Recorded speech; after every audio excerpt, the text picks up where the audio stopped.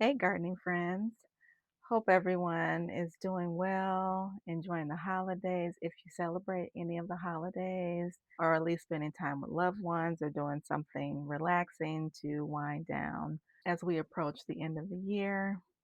So, today I am filming in my utility room in my house, and I'm currently in the process of cleaning some of my nursery pots for seed starting and thought I would show you my process by which I go about cleaning my nursery pots to prepare them for seed starting. So, for me, this is really important. I want to make sure that all of my seedlings have a nice, healthy start. And one of the ways to do that is to ensure that I am planting them in sterile seed starting trays or nursery pots. So for me, that involves making sure that I disinfect all of the pots that I have previously used earlier in the year. Making sure that they're sterile ensures that they're free of any bacteria or fungi that could be lying dormant in those seed trays or nursery pots. So obviously, if it's a brand new seed starting tray or nursery pot, I'm not necessarily going to go through this process that I'm going to show you. But if it's something that I've used previously and I haven't cleaned it, this is the process or the steps that I'm typically going to perform to ensure that they are sterile and clean. So I'm going to turn the camera around and show you what we're going to do today. So these are pots that I have previously used earlier in the year or in the growing season, and they've just been sitting around, sort of collecting dust, waiting for me to clean them. I don't have a whole lot of pots that need to be cleaned because I did quite a bit of that during the summer. So, a few things that I use for this process. I have an old storage container top here. This is what I'm going to use to set the pots on after I clean them so that they can dry. We're going to line this with some newspaper so that the plastic part stays dry, and the newspaper will also help soak up some of the water that's going to drip off the trays. And then I'm also going to be using some Clorox bleach. So we're going to use Clorox bleach, and this is going to help with disinfecting, so removing any bacteria or fungi. And then a few other items that I'm going to be using. I have a brush that I typically use for scrubbing the trays after they have soaked in the solution for a little bit of time. This will help loosen up any debris or dirt. And then I am going to also be using some buckets. These are really helpful for submerging the pots in the solution so they can soak, and some of that debris can loosen up in the bottom of the nursery pot. So I have 3 buckets that I'm going to be using. I think what I'm probably going to do is I'm going to use 2 buckets for cleaning, and then I like to use 1 bucket for rinse.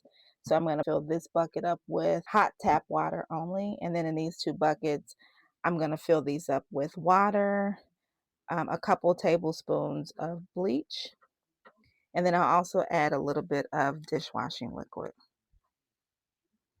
And I'm just going to be using just a regular Dawn dishwashing liquid, just like 1 drop of this in each bucket.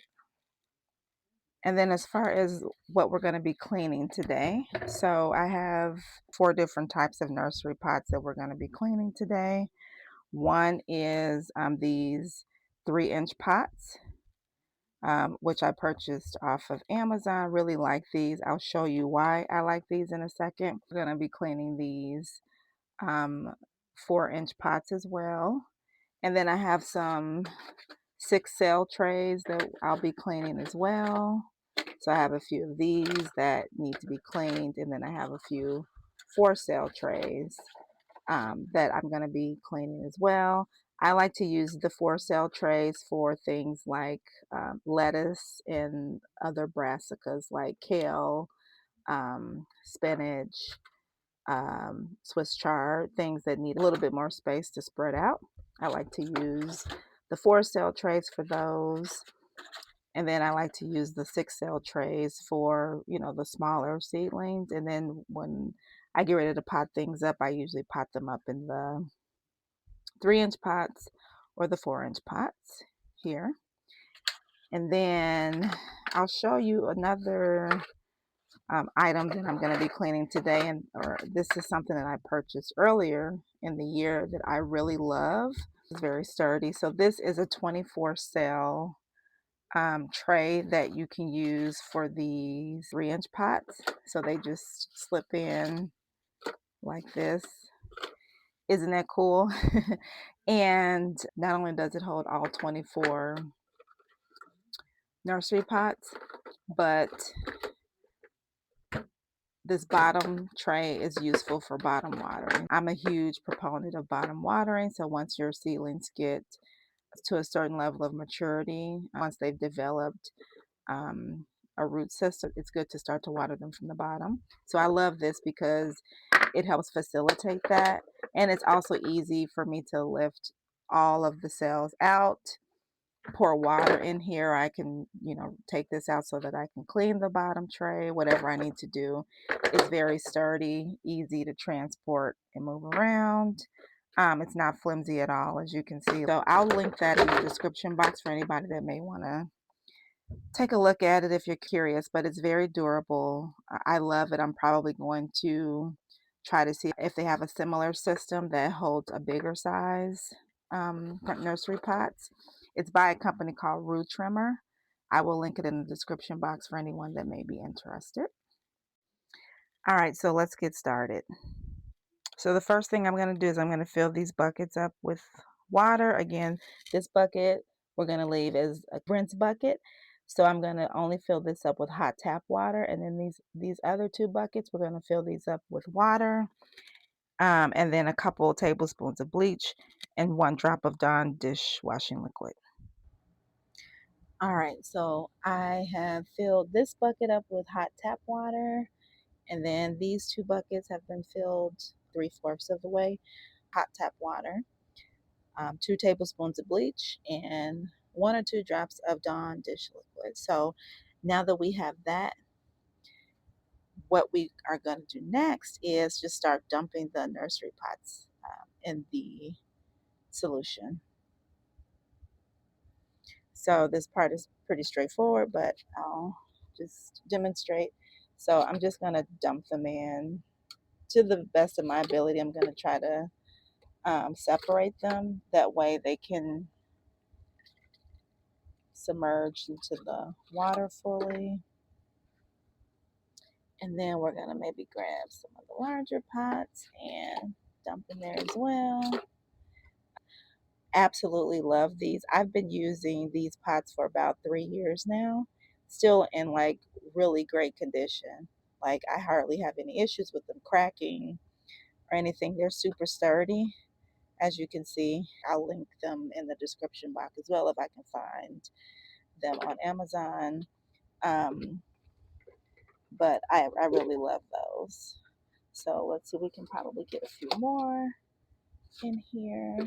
So this is literally all I'm doing. I'm just taking them and submerging them in the water so that they can soak for about 30 to 45 minutes. So, and I'm just going to do this until I can't fit any more in here. And then I'll move on to the next bucket and start putting some nursery pots in that bucket.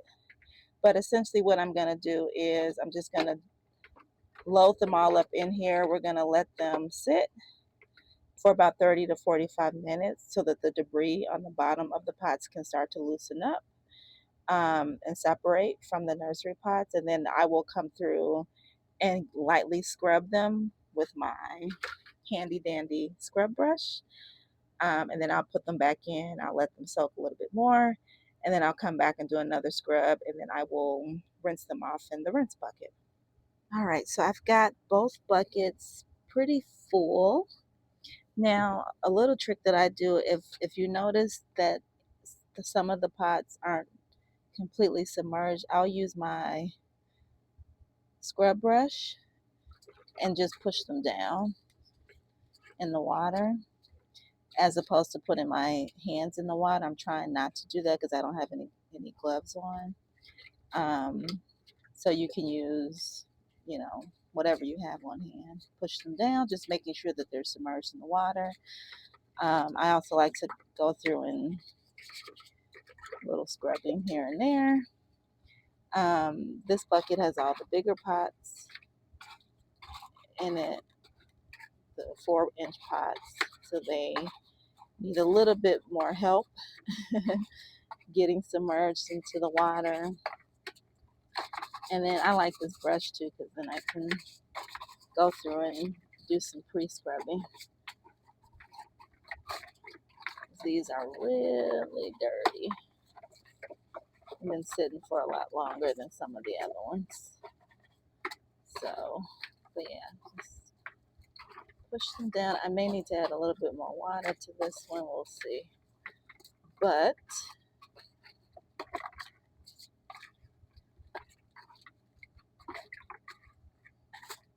that's all there is to it. So we're going to let these soak for about 30 to 45 minutes. And then in the meantime, I'm going to start to line this storage container top with some newspaper. All right, so that's what it looks like after I have lined it with newspaper. And this is just so I don't have to worry about doing that once I start rinsing.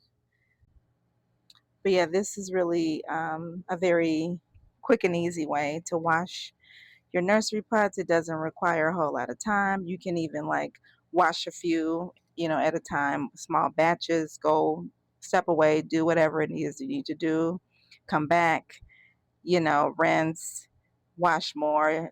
It's great because you don't necessarily have to do everything at once. You can kind of do it in phases or stages and small batches. So really love this method. So I will be back to show you how I go about rinsing and placing them out to dry once they've soaked for about 30 to 45 minutes. All right, guys, so we're back. So these have been setting in the disinfectant cleaning solution for a little over an hour. So I have come back periodically and taken my scrub brush and scrubbed the inside and outside of some of the containers. And I'm going to show you simple process for taking these out, rinsing them, and setting them out to dry. Before I do that, I want to show you what they're looking like. So this is what it's looking like. It's been sitting here in the container for a little over an hour. And like I said, I've come back periodically and just scrubbed the inside and the outside a little bit just to remove any debris or dirt that might still be sitting there. We're going to come over to our container of water.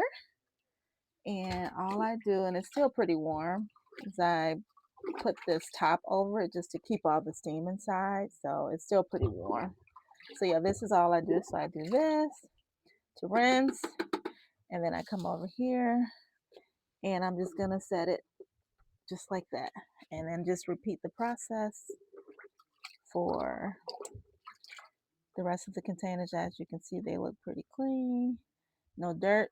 Didn't even have to do like a very hard scrub on them, just a light scrub, because there's bleach and there's a little bit of dishwashing liquid in here.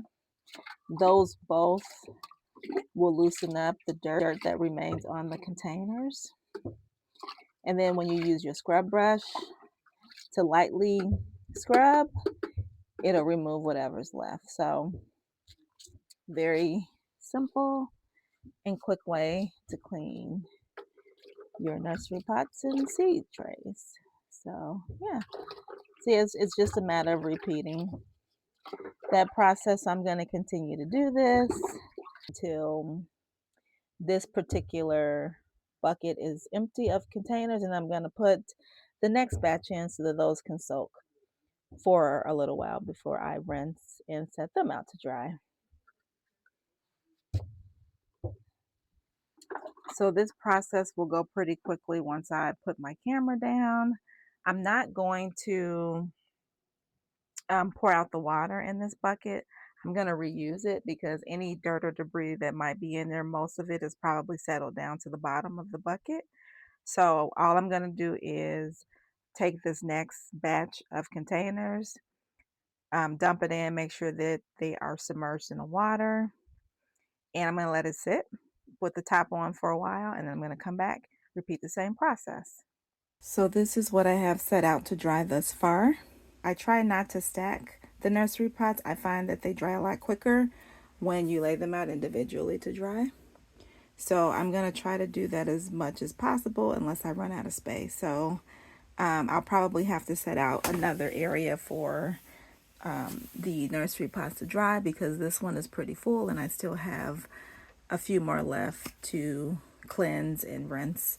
The key though is to let the disinfecting solution do the work for you so that you don't have to do as much scrubbing. So cleaning seed starting trays and nursery pots is not necessarily the most exciting thing to do, but for me it's very necessary. This has been tried and true in terms of keeping the fungus gnat population almost down to zero. I've not had any issues with spider mites. Fingers crossed that I don't experience that in the coming growing season. I hope that this has been helpful. Let me know if you have any questions or comments. I hope everyone has a great rest of the day and a wonderful rest of the year. I hope to see you back here soon. Take care, friends.